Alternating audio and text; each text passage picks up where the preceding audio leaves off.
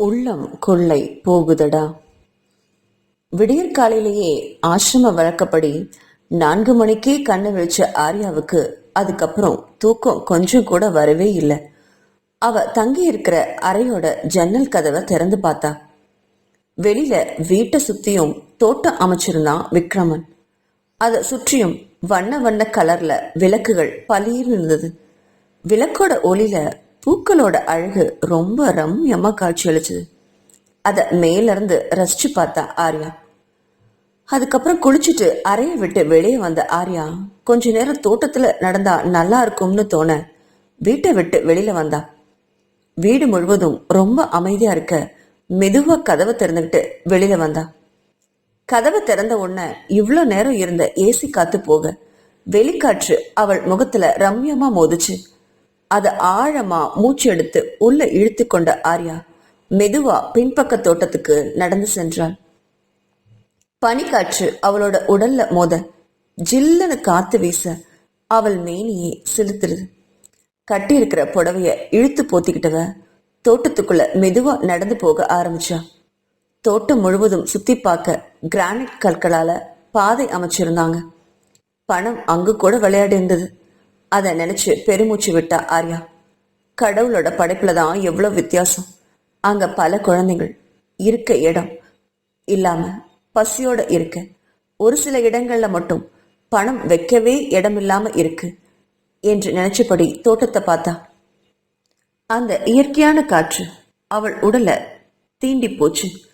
அதை ரசிச்சபடி பூக்களோட அழகை பார்த்துக்கிட்டே அந்த பெரிய தோட்டத்தை ஒரு தடவை அமைதியா சுத்தி வந்தா ஆர்யா.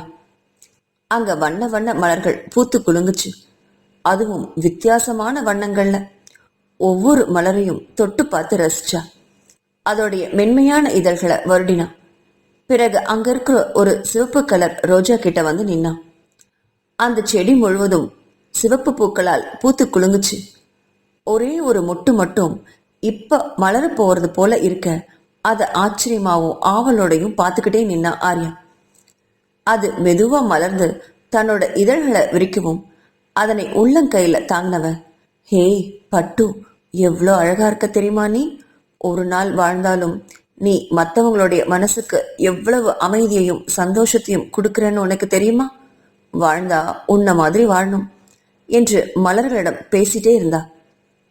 இப்படி ஒவ்வொரு பூக்கள் கிட்டையும் ஏதோ ஒன்ன பேசிக்கிட்டே வந்தா ஆர்யா. செடிகளுக்கும் உயிர் இருக்குன்னு கேள்விப்பட்டதை நினைச்சு இன்னைக்கு தன்னோட உணர்வுகளை அங்க பகிர்ந்துக்கிட்டா. திடீர்னு ஏதோ ஒரு உணர்வு தோன்ற சுற்றுமுற்றும் பார்த்தா. தன்னை யாரும் கவனிக்கிற மாதிரி ஒரு உணர்வு. ஆனா அந்த விளக்கோட வெளிச்சத்துல யாரும் அவளுக்கு தென்படல. ஒருவேளை பிரமையா இருக்குமோ அப்படின்னு நினைச்சு மேலும் சுத்தி பார்க்க அந்த இருட்டு இப்போ அவளுக்கு கொஞ்சம் பயத்தை கொடுத்துச்சு. இன்னுமா விடியாம இருக்கிறத உணர்ந்து இனி இங்க நிக்க வேண்டாம் அப்படின்னு உள்ளுணர்வு சொல்ல மடமடன்னு வீட்டுக்குள்ள போனா ஆர்யா. ஆர்யா நினைச்சது ரொம்பவுமே சரி. தோட்டத்துல இறங்கிய நேரம் முதல் வீட்டுக்குள்ள அவ திரும்புற நேரம் வரைக்கும் மேல தன்னோட ஜன்னல் திரையில இருந்து அவளை பார்த்துக்கிட்டே இருந்தான் விக்ரமன். அவளுடைய நடவடிக்கைகள் அவனுக்கு கொஞ்சம் ஆச்சரியத்தை கொடுத்துச்சு. அவள் மலர்களிடம் ஏதோ பேசிட்டு இருக்கிறதையும் உத்து கவனிச்சான். இவளை போலத்தான் இதழ்னியும். மலர்னா அவளுக்கு ரொம்ப கொள்ளை பிரியும். அதனாலேயே அவ ஆசைப்பட்டத மாதிரி அவன் வீட்டை சுத்தியும் மலர் செடிகளை கொட்டி குவிச்சிருந்தான் விக்ரமன். தினமும் காலையில தோட்டத்துல அவ நடக்காம எந்த வேலையும் அவ செய்யவே மாட்டான் இதழ்னி. வீட்டை அவ இருக்க வரைக்கும் எத்தனை அழகா வச்சிருந்தா. தினமும் பூஜைக்குன்னு மலர்களை தோட்டத்திலிருந்து பறிச்சுட்டு வந்து பூஜை அறையில வச்சு வழிபடுவா. வீடே சாம்பிராணி வாசையில இந்நேரம் கம கமன்னு இருக்கும். அத்தனை பொறுப்பா தன்னோட வீட்டையும் கணவனையும் பார்த்துக்கிட்டா இதழ்னி. 1 வருஷம் அவ கூட சொர்க்கத்துல வாழ்ந்தான் விக்ரமன். இதழ்னியோட ஞாபகத்துல விக்ரமனோட கண்கள்ல கண்ணீர் துளிர்த்து மெதுவா ஜன்னல்ல இருந்து விலகினவன் அவன் படுக்கைக்கு மேல மாட்டப்பட்டிருக்கிற பெரிய புகைப்படத்தை எப்பவும் போல நின்னு கூர்மையா பார்த்துக்கிட்டு மௌனமா நின்னான். அதுல அவனுடைய ஆருயிர் மனைவி இதழ்னி அழகா வெண்பற்கள் தெரிய சிரிச்சிட்டு இருந்தா. கழுத்துல அவன் கட்டின மஞ்சள் கயிறு மின்னுச்சு. நெற்றியில அழகான சிறிய பொட்டு, நெற்றி வகுட்டுல அவன் வச்சு குங்குமம், காதுல அழகான தோடு, பட்டு புடவையில வைர நகைகள் அணிஞ்சு எவ்வளவு அழகா இருந்தா இதழனி. பார்க்க பார்க்க தெவிட்டவே இல்லை அவனுக்கு. ஆனா அவ சாகும் அந்த தருவாயில அவளுடைய உருவத்தை பார்த்து அதிர்ந்து போனான் விக்ரமன். இப்ப நினைச்சாலும் அவன் உடல் ஒரு முறை குலுங்கும். அந்த அளவு வலியும் வேதனையும் இப்பவும் இருக்கு. எத்தனை வருஷம் ஆனாலும் இதழிய மறக்க அவனால முடியவே முடியாதே. அவ புகைப்படத்துக்கு பக்கத்திலே நின்று அதன் மேல கைய வச்சுவேன். இதழினி, நம்ம குழந்தைய கண்டிப்பா நான் காப்பாத்தியே ஆகணும். அதுக்காக தான் இந்த பொண்ணு ஆர்யாவை கூட்டிட்டு வந்தேன். என்னை மன்னிச்சுடு. ஆனா என்ன ஆனாலும் எந்த பெண்ணையும் நான் தொடவே மாட்டேன். உன் மேல சத்தியம் என்றான், நடக்க போறத அறியாமையே. இதரணியை பற்றிய நினைவுல தன்னை மறந்து ரொம்ப நேரம் அந்த புகைப்படத்துக்கு முன்னாடி அப்படியே நின்றுட்டு இருந்தான் விக்ரமன். பிறகு தன்னை ரொம்ப சமாளிச்சபடி நெடிய மூச்சு விட்டுட்டு வெளியே தோட்டத்துக்கு ஜாகிங் போனான். தன்னோட அறைக்கு வந்து படுத்த ஆர்யாவுக்கு திடீர்னு மீண்டும் அதே குழந்தை வீறிட்டு அழற சத்தம் கேட்க பதறிக்கொண்டு எழுந்தா. கீழே வந்தவ அந்த குழந்தை இருக்கிற அறைக்கு வெளியே நின்று கதவு தட்டினான். அப்போ கதவு திறந்துகிட்டு கையில குழந்தையோட 70 வயசு தக்க ஒரு மூதாட்டி வெளில வந்தாரு. அவளை பார்த்து திடுக்கிட்டா ஆர்யா. குழந்தை குழந்தை அழுகிற சத்தம் கேட்டுச்சே, அதான் குழந்தையோட அம்மா இல்லையா, அவங்க எங்க என்று அவள் கையில அழுதுட்டு இருக்கிற 3 மாச குழந்தைய அந்த வயதான மூதாட்டியும் மாறி மாறி பார்த்து கேட்டா ஆர்யா. அதை கேட்டவளுடைய முகம் சுருங்கி போச்சு. அது குழந்தை பிறந்தப்பவே குழந்தையோட அம்மா செத்து போயிடுச்சு. நான் இங்க குழந்தைய வளர்த்துறதுக்காக வந்தேன். ஆனா ரொம்ப வயசானதுனால குழந்தைய சமாளிக்கவே முடியல அந்த என்றால் அந்த 50 வயசு தக்க வேணி என்கிற மூதாட்டி. சரி பாட்டி, குழந்தைய என்கிட்ட கொடுங்க, நான் கொஞ்ச நேரம் வச்சுக்கிறேன் என்றாள். ஐயோ வேணாம் கண்ணு, நீ யாரோ என்னவோ எனக்கு தெரியல. ஐயா தான் உன்னை இங்க கூட்டிட்டு வந்தாரா என்று அடுத்த கேள்வியை கேட்டா. ஆமா, அவர் தான் கூட்டிட்டு வந்தாரு. என்கிட்ட குழந்தைய கொடுத்துருங்களேன் என்றாள். ஐயோ வேண்டாம், ஐயாவுக்கு தெரிஞ்சா அவ்வளவுதான். இந்த குழந்தைய யார்கிட்டயும் நான் கொடுக்கவே மாட்டேன் என்று குழந்தையை மார்போடு அணைச்சுக்கிட்டான். ஆனா குழந்தை அழறத நிக்கவே இல்லை. அந்த விக்ரமன் எங்க போனான்? குழந்தை அழறது கூட அவன் காதுல விழலையா என்று நினைச்சுவன். இங்க பாருங்க, குழந்தை ரொம்ப நேரமா அழுகுது. ரொம்ப நேரம் அழுதா மூச்சு முட்டிடும். ஏதாவது பண்ணுங்க.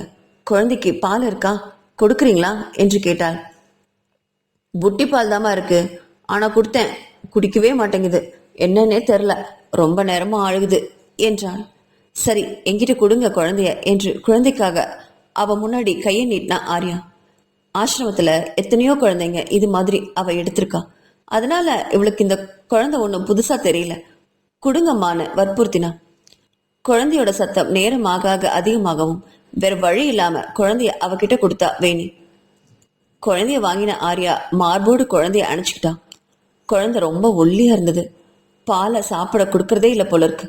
பணக்கார வீட்டு குழந்தைங்க எப்பவுமே கொழு கொழுன்னு இருக்கும். அதை நிறைய இடங்கள்ல அவளே பார்த்திருக்கா. ஆனா இந்த குழந்தை பணக்கார வீட்டு குழந்தை மாதிரியே இல்லை.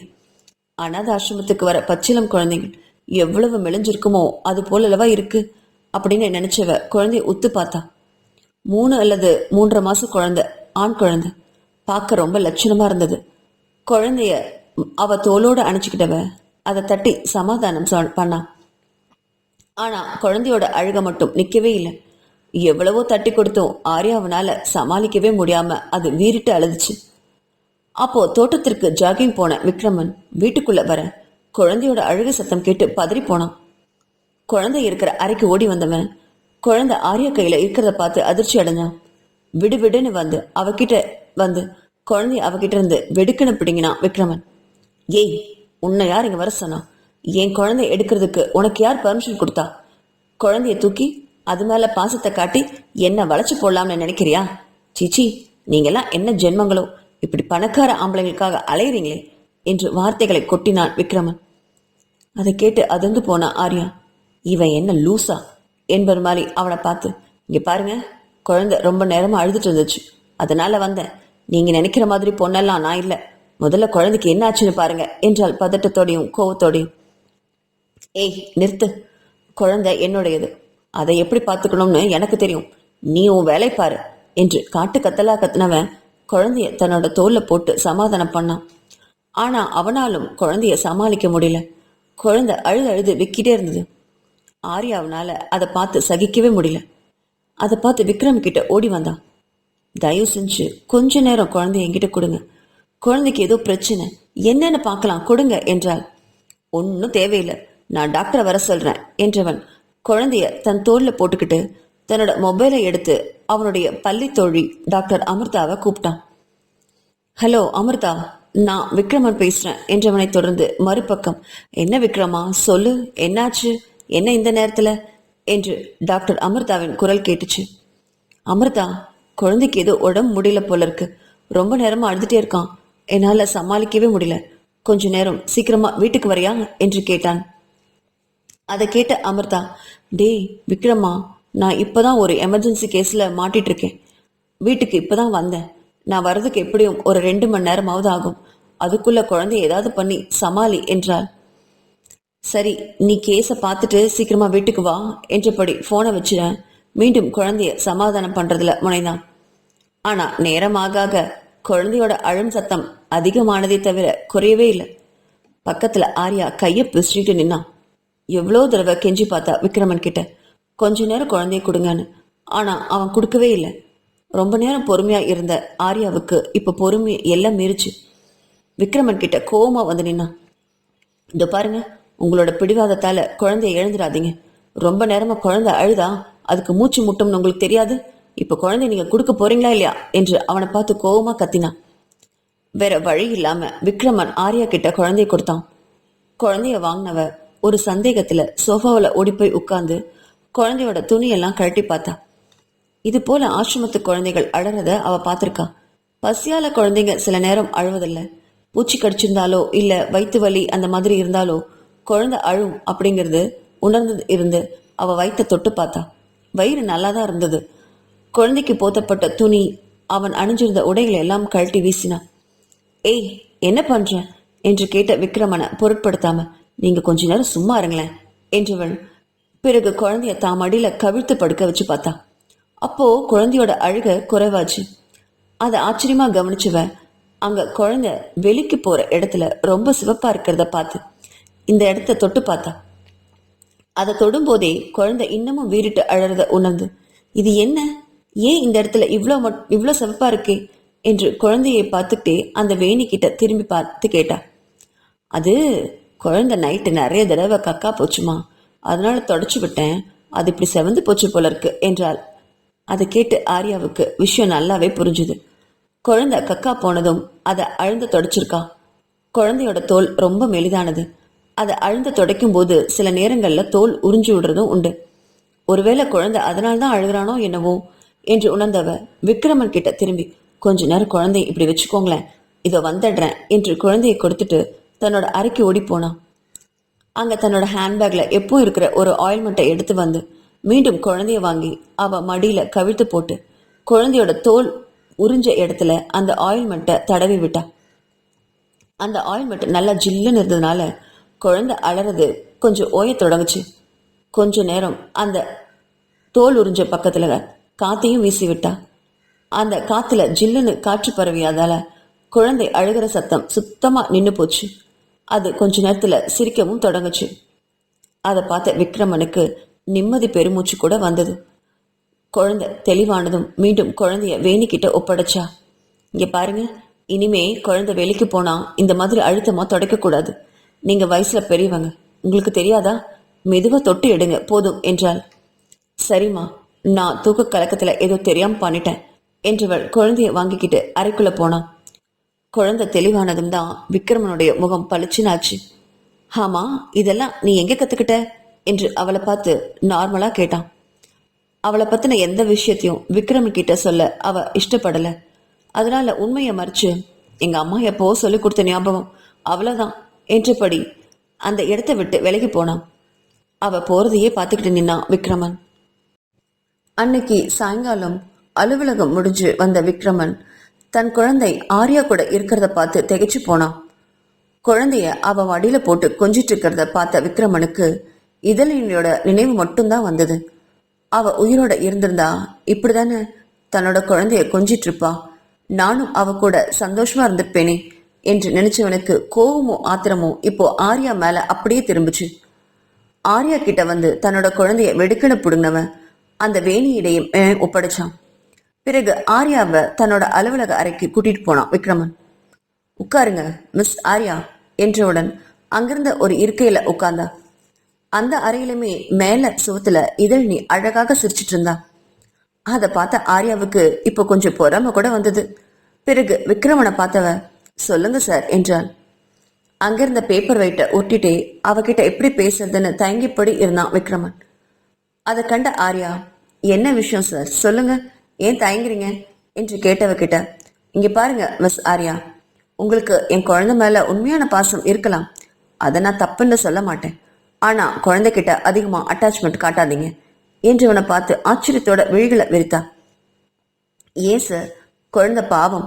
அந்த வேணி பாட்டியும் குழந்தைய சமாளிக்க முடியாம ரொம்ப திணறி போறாங்க.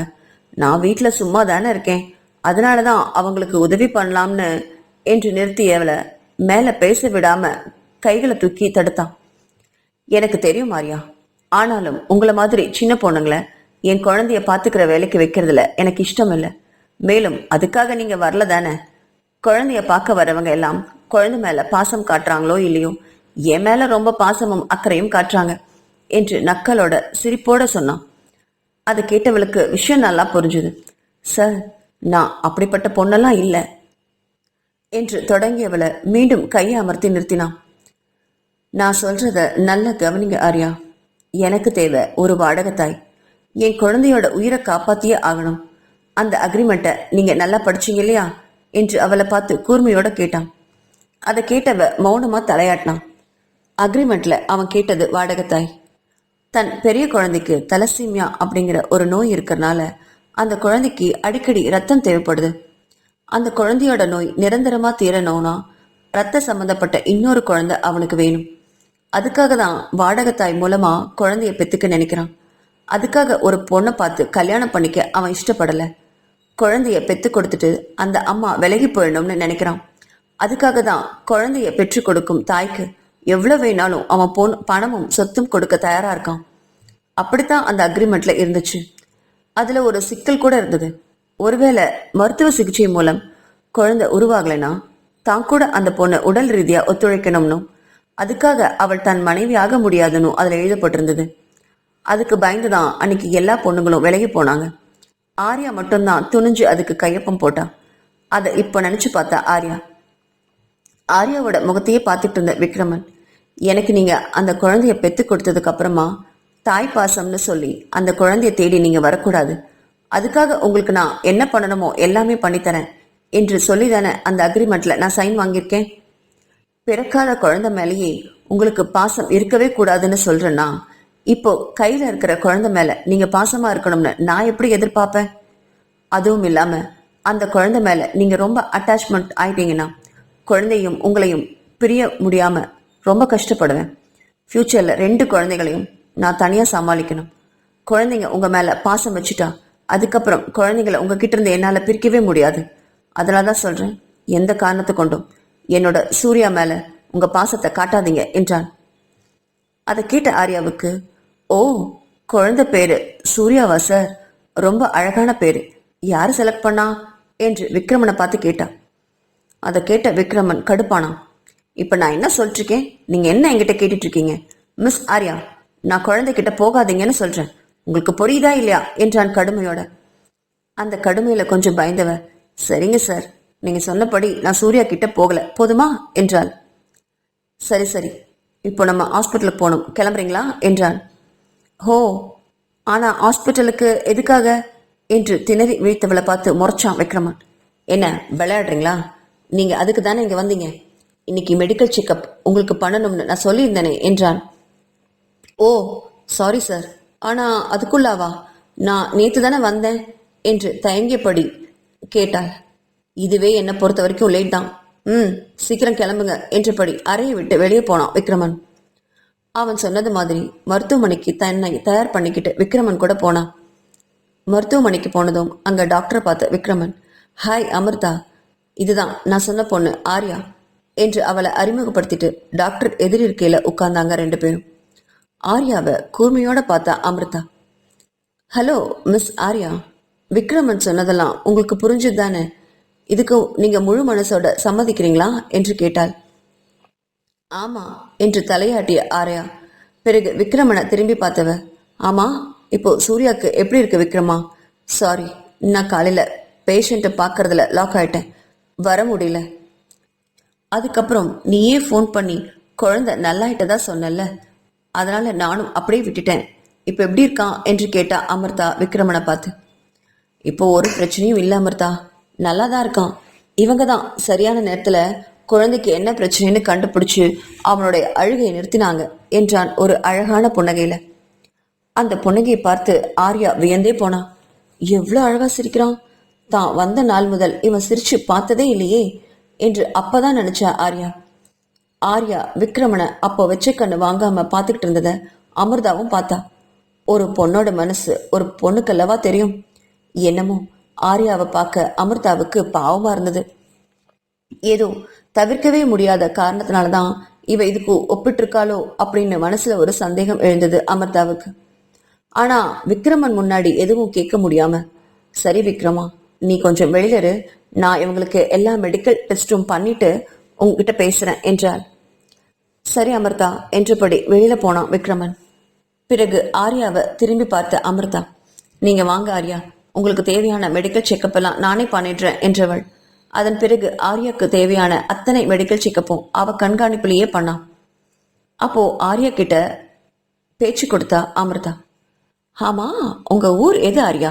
நீங்க சென்னையில தான் தங்கியிருக்கீங்களா என்று கேட்டவ கிட்ட, ஆமாங்க, நான் இங்கதான் பக்கத்துல லோக்கல் என்று கூறியதோட நிறுத்திக்கிட்டா. ஆமா, உங்க அம்மாவும் அப்பாவும் எங்க இருக்காங்க? இதெல்லாம் உங்க அம்மா அப்பாவுக்கு தெரியுமா என்று அடுத்த கேள்வியை கேட்டா அமிர்தா. அந்த கேள்வியில கொஞ்சம் தடுமாறி போனா ஆர்யா. என்னோட அம்மா அப்பாவா என்று ஒரு நிமிஷம் தன் கண்களை இறுக மூடினான். அப்போ அவளுடைய மொத்த குடும்பமும் அவ மனக்கண்ணில் வந்து போனுச்சு.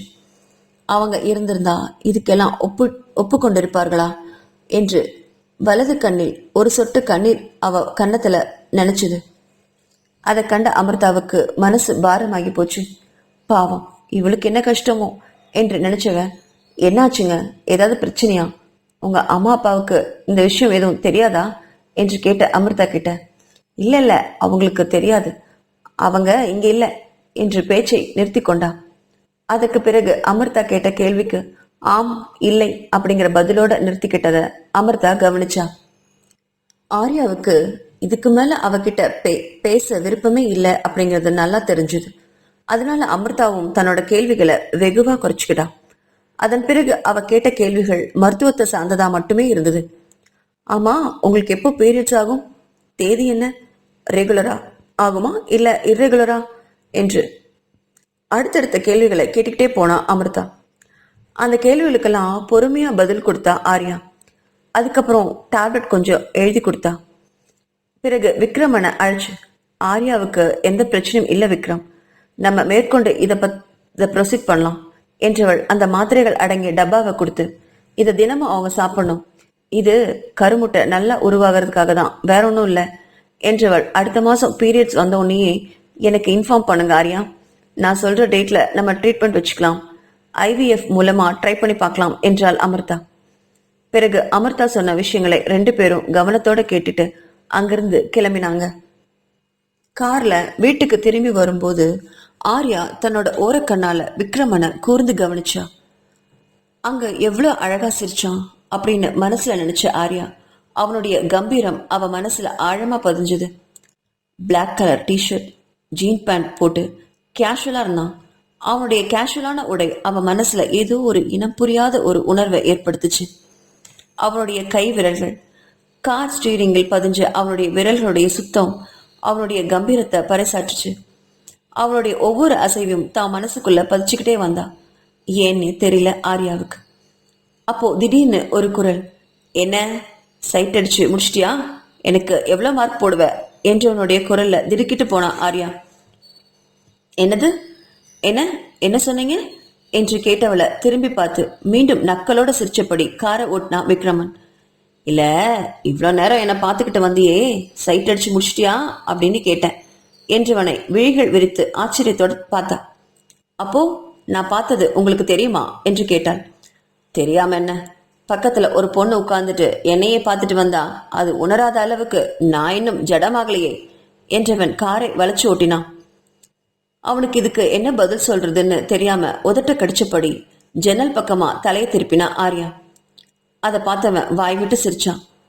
நான் சொன்னேன்ல, இந்த மாதிரி வயசு பொண்ணுங்க என்னை இப்படித்தான் மறைச்சு மறைச்சு பார்ப்பாங்க. உங்களை மாதிரி பொண்ணுங்களுக்கு என்ன மாதிரி அழகான ஆம்பளைங்களை, அதுவும் பணக்கார ஆம்பளைங்களை வளைச்சு போடுறது தானே வேலையே. அதுவும் இல்லாம இப்போ வாடகை தாயா வேற வந்து உட்கார்ந்துருக்க. என்னோட குழந்தைய வேற நீ சுமக்க போற. அது காதல் உணர்வா மாறுவதற்கு நிறைய வாய்ப்பு இருக்கு. ஆனா அந்த காதல் எனக்குள்ள வர ஒரு துளி கூட வாய்ப்பே இல்லை. என்னோட மனைவி ஈரணியை தவிர வேற யாருக்கும் என் மனசுல இடம் இல்லை. அதனால உன் ஜாலம் எல்லாம் என்கிட்ட பலிக்காது. அதை நல்லா மனசுல வச்சுக்கோ என்று கடுமையான குரல்ல சொன்னான் விக்ரமன். அதை கேட்ட ஆர்யாவுக்கு கொஞ்சம் கோவம் வந்துச்சு. பெரிய மன்மதன்னு மனச நினப்பு என்று எண்ணியவள், இங்க பாருங்க சார், ஏதோ நீங்க கொஞ்சம் அழகா இருக்கீங்களேன்னு ஒரு 2 நிமிஷம் பார்த்தேன், அவ்வளவுதான்.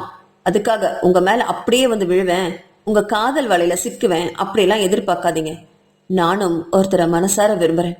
அவரை தவிர வேற யாரையும் என் வாழ்க்கையில இடம் கொடுக்கவே மாட்டேன். யாரும் என் மனசுக்குள்ள அவ்வளோ ஆழமா வந்து உட்காரவும் முடியாது என்று கடுப்போடு சொன்ன ஆர்யா. அதை கேட்ட விக்ரமனுக்கு முகமெல்லாம் கடுமையா மாறுச்சு. காரை வேகமா ஓட்டி வந்து ஒரு பக்கமா நிறுத்தினவன் காரோட உள்ள லைட்டை போட்டு அவளை திரும்பி பார்த்து முறைச்சு அவ கழுத்தை இருக்க பிடிச்சான். ஹேய், என்ன சொன்ன? இப்ப நீ என்ன சொன்ன நீ என்று மிருகமா உரிமையவன மிரட்சியோட பார்த்த ஆர்யா. அவன் பிடிச்ச கழுத்து வலிக்க, சார் விடுங்க சார் விடுங்க என்று அவளுடைய கையை விலக்கி விட்டு கொஞ்சம் இருமி தொண்டைய சரி பண்ணிக்கிட்டா. ஏய், கேட்கிறேன் லடினா, இப்ப நீ என்ன சொன்ன என்று இவனை பார்த்து மிரண்டு போய் விழிச்சா. என்னது டியா? நான் இப்போ என்ன சொன்னேன்? ஒருவனை காதலிக்கிறதா சொன்னேன், அவ்வளவுதானே. இதுக்காக எதுக்கு இப்படி கோவப்படுறான் என்று மிரண்ட விழிகளோட பார்த்தவள, இங்க பார் ஆர்யா, நான் இப்ப சொல்றதுதான் கடைசி. நீ எவனை வேணா காதலிச்சுக்கோ, எனக்கு அதை பத்தி எல்லாம் கவலை கிடையாது. ஆனா என் கூட நீ இருக்கும்போது எவனும் உன்னை கான்டாக்ட்ல இருக்கவே கூடாது. முழுசா உன்கிட்ட இருக்கிற குழந்தை என்னுடையதா இருக்கணும். இதுல வேற எவனாவது உள்ள வந்தானா உன்னையும் உன் காதலனையும் சேர்த்தே கொண்டுடுவேன், ஜாக்கிரதை என்றான் கடுமையாக. இவன் என்ன சொல்றான்னு அவளுக்கு ஒண்ணுமே புரியல. புரியாம மறுபடியும் விழிச்சா ஆர்யா. அதை கண்ட விக்ரமனுக்கு எரிச்சல் வந்தது. ஹேய், என்ன ஒன்னும் தெரியாத மாதிரி முழிக்கிற? இப்ப நீ என்ன சொன்ன? இன்னொருத்தன் கூட காதல் உறவுல இருக்கேன்னு சொன்னல்ல, அப்படி உறவுல இருந்தேனா என் கூட என் குழந்தைய நீ எப்படி பெத்து கொடுக்க முடியும்? நீ சுமந்துட்டு இருக்கிற குழந்தை யாருதுன்னு தெரியாம நான் திண்டாடணுமா? எனக்கு என் சூர்யாவோட உயிர் ரொம்ப முக்கியம். இதுல ஏதாவது நீ விளையாட்டுத்தனம் பண்ண, அப்புறம் நான் என்ன பண்ணுவேன் நீ எனக்கே தெரியாது என்றான். இப்பதான் ஆர்யாவுக்கு நல்லா புரிஞ்சுது. இவனுடைய விந்துவை நான் சுமந்து பிறகு இடையில தன் காதலன் வந்து தன்னை சந்திச்சு உறவு கொண்டாடினா அந்த விந்து அழிஞ்சு தன்னுடைய காதலனுடைய குழந்தை நான் சுமக்க நேரிடும். அதனால முதல் குழந்தைக்கும் இந்த குழந்தைக்கும் இரத்த சம்பந்தம் இல்லாம போயிடும். பிறகு வரும் குழந்தை அவனுடைய குழந்தையா இருக்காது. தன் குழந்தைய அவன் காப்பாற்ற முடியாதுன்னு நினைக்கிறான். அதை புரிஞ்சவளுக்கு மனசுல சிரிப்பு தான் வந்துச்சு. ஆனாலும் அதை வெளிக்காட்டி கொள்ளாம, அப்படியெல்லாம் எதுவும் நடக்காது சார். உங்க கூட இருக்கும்போது என் காதலனை நான் பார்க்கவே மாட்டேன், இது சத்தியம், போதுமா என்றார். அந்த பதில திருப்தியானவன், சரி நான் உன்னை நம்புறேன். எனக்கு என் குழந்தைய பெத்து கொடுத்துட்டு அப்புறம் நீ எவனையோ கல்யாணம் பண்ணிட்டு எப்படியோ போ, அதை பத்தியெல்லாம் எனக்கு கவலை இல்லை என்றவன் மறுபடியும் காரை எடுத்து தன்னோட வீட்டுக்கு வண்டியை ஓட்ட ஆரம்பிச்சான். அவனுடைய கார் நகர ஆரம்பிச்சவன் தான் ஆர்யாவுக்கு உயிரே வந்துச்சு. அப்பப்பா, எவ்வளோ கோவம் இவனுக்கு! விட்டா கடிச்சு கொதறிடுவான் போல இருந்தான். கொஞ்ச நேரத்துக்கு முன்னாடி இவ்வளோ கோவம் விக்ரமனுக்கு வருமானு நினைச்சுவன் இப்போ பயந்து போய் உட்கார்ந்தான். வீட்டுக்கு வந்த ஆர்யா தன்னோட அறைக்கு வந்ததும் அவளுடைய அலைபேசி எடுத்து ஆசிரமத்துக்கு கூப்பிட்டா. எதிர்ப்புறம் போனை எடுத்த சுப்பையா குழந்தைங்க எல்லாரும் நல்லா இருக்கிறதா சொல்ல நிம்மதி பெருமூச்சு விட்டா. ஆனா அதுக்கப்புறம் அவர் சொன்னதை கேட்டு அதிர்ந்து போனா. ஆர்யாம்மா, நம்ம இருக்கிற இடத்த சீக்கிரமா காலி பண்ணுங்கன்னு ஓனர் வந்து சொல்லி மிரட்டிட்டு போனாருமா. இப்போ எங்களுக்கு என்ன பண்றதே தெரியல. நீ எங்க கூட இருந்தா கொஞ்சம் தைரியமாவது இருக்கும். குழந்தைங்க ரொம்ப பயப்படுறாங்க, எனக்கு என்ன பண்றதுன்னு தெரியலமா என்றார். அதை கேட்ட ஆர்யாவுக்கு மனசு ரொம்ப கசங்கி போச்சு. நீங்க கவலைப்படாதீங்க, நான் அந்த இடத்து ஓனர்கிட்ட இப்ப பேசி பாக்குறேன், நீங்க வச்சிருங்க என்றவள் அந்த ஆசிரமத்து இடத்தோட ஓனருக்கு கால் பண்ணோம். 2-3 தடவை ஃபோன் செஞ்சதுக்கு அப்புறம் தான் அந்த பக்கம் போனை எடுத்த ராஜசுந்தரம், என்னம்மா எத்தனை தடவை உங்களுக்கு சொல்றது, சீக்கிரமா அந்த இடத்த காலி பண்ணுங்கன்னு, பண்ணி கொடுக்காம இப்படி அழிச்சாட்டியம் பண்றீங்களே, வாடகையும் கொடுக்க மாட்டேங்கிறீங்க என்று எடுத்தவுடன் அவளை திட்ட ஆரம்பிச்சாரு. சார், எனக்காக கொஞ்சம் பொறுத்துக்கோங்களேன். எனக்கு இப்போதான் நல்ல வேலை கிடைச்சிருக்கு. ஒரே ஒரு வாரம் மட்டும் எனக்கு டைம் கொடுங்க. கண்டிப்பா மொத்தமா நான் உங்களுக்கு செட்டில் பண்ணிடுறேன் என்றார். அது எப்படிமா, இப்பதான் நீ வேலைக்கு போய் ஜாயின் பண்ணிருக்கேன், அதுக்குள்ள உனக்கு எப்படி அவ்வளவு பணம் கிடைக்கும்? இல்ல சார், நான் அட்வான்ஸ் பணம் கேட்டிருக்கேன். அவங்க ஒரு வாரத்திலே கொடுக்குறேன்னு சொல்லியிருக்காங்க. எனக்காக கொஞ்சம் ப்ளீஸ் என்று கெஞ்சினாள். அவளுடைய குரல்ல பரிதாபப்பட்டு இறங்கிய ராஜசுந்தரம், சரிதாமா, உனக்காக ஒரு வாரம் பொறுத்துக்கிறேன். ஆனா ஒரே ஒரு வாரம் மட்டும்தான். பணம் வராட்டி கண்டிப்பா நீங்க காலி பண்ணிதான் ஆகணும் என்று கட்டன் ரைட்டாக சொல்லிட்டு போனை வச்சாரு. அதை கேட்ட ஆர்யா கைகளை பிசைஞ்சபடி அறையில குறுக்கும் நெடுக்குமா நடந்தா. பிறகு வேற வழி இல்ல, இப்போ விக்ரமன் கிட்டதான் நம்ம கேட்டாகணும் என்று முடிவு செஞ்சவ விக்ரமனை தேடி அவனுடைய அலுவலக அறைக்கு போனான். கதவை தட்டிட்டு உள்ள வந்தவ கிட்ட என்ன விஷயம் என்று கேட்டான் விக்ரமன். சார், நீங்க சொன்னது மாதிரி ஒவ்வொரு ப்ரொசீஜர் நடக்கும் போதும் எனக்கு அக்கௌண்ட்ல பணம் போடுறதா சொன்னீங்க. எனக்கு இப்போ பணம் ரொம்ப அர்ஜென்ட். எனக்கு கொஞ்சம் பணம் போட முடியுமா? நான் தான் மெடிக்கல் செக்அப் வரைக்கும் வந்துட்டேனே, எல்லாம் ஓகே ஆயிடுச்சு இல்லையா என்றாள். அவளையே கூர்மையா பார்த்த விக்ரமன், ஏன் உன்னோட காதலனுக்கு இப்போ ரொம்ப பணம் தேவையோ என்று நக்கலோட கேட்டான். இவன் என்ன எங்கேயோ பாயிறான் என்று நினைச்ச ஆர்யா மௌனமா நிக்க, அதை கண்ட விக்ரமனுக்கு கோபம் தலைக்கேறிச்சு. துபார் ஆர்யா, நான் ஆரம்பத்திலேயே சொல்லிட்டேன், உன்னோட காதலனை நீ என் குழந்தைய பெத்து கொடுக்கிற வரைக்கும் உன் வாழ்க்கைக்குள்ள வர விடக்கூடாதுன்னு என்று மிரட்டினான். அதை கேட்ட ஆர்யாவுக்கும் கோபம் வந்த, அப்படின்னா எனக்கு பணம் போடுங்க சார், அப்பதான் நான் அவர் இங்க வரமாட்டார், இல்லைனா கண்டிப்பா இங்க வருவாரு என்றாள். ஏய், என்னடி சொன்ன என்று தன்னோட இருக்கையிலிருந்து எழுந்து வந்து அவருடைய தோள்களை பற்றி குலுக்கினான். என்னடி வாய் ரொம்ப நீளது? துபார், நான் சொன்ன வார்த்தையை எப்பவும் காப்பாத்துவேன். உன்னோட பேங்க் அக்கௌண்ட்ல போய் செக் பண்ணி பாரு. நீ எப்போ ஹாஸ்பிட்டலுக்கு என் கூட வந்தியோ அப்பவே ஒரு அமௌண்ட் உன்னோட பேங்க் அக்கௌண்ட்ல போட்டுட்டேன். அது தெரியாம என்கிட்ட இப்படி வந்து வாய் பேசிட்டு நிக்காத என்றான். அடுத்த வினாடியே ஆர்யாவோட கோபம் இறங்க, சாரி சார், நான் ஏதோ கோபத்துல பேசிட்டேன், மன்னிச்சிடுங்க என்றவள் அவனுடைய கைகளை விலக்கி விட்டுட்டு அறையை விட்டு வெளியே வந்தா. அவ அப்படி போகும்போது விக்ரமன் இதெல்லாம் கழிசடை போல இருக்கு, எங்கிருந்துதான் எனக்குன்னு வந்து மாட்டுதுங்களோ என்று கூறியதை காதுல வாங்கிட்டு கண்கள் கலங்க வெளியே போனா ஆர்யா. வெளியே வந்தவ தன்னோட மொபைலை எடுத்து அக்கௌண்ட்டை செக் பண்ணி பார்த்தா. அதுல 5 லட்சம் ரூபாய் கிரெடிட் ஆயிருந்தது. அதை பார்த்தவளுக்கு வயிற்றுல பாலை வாத்தது மாதிரி இருந்தது. உடனே அந்த இடத்தோட ஓனருக்கு கால் பண்ணி அவருடைய அக்கௌண்ட் நம்பரை வாங்கி மொத்த பணத்தையும் டிரான்ஸ்ஃபர் பண்ணி கொடுத்தா ஆர்யா.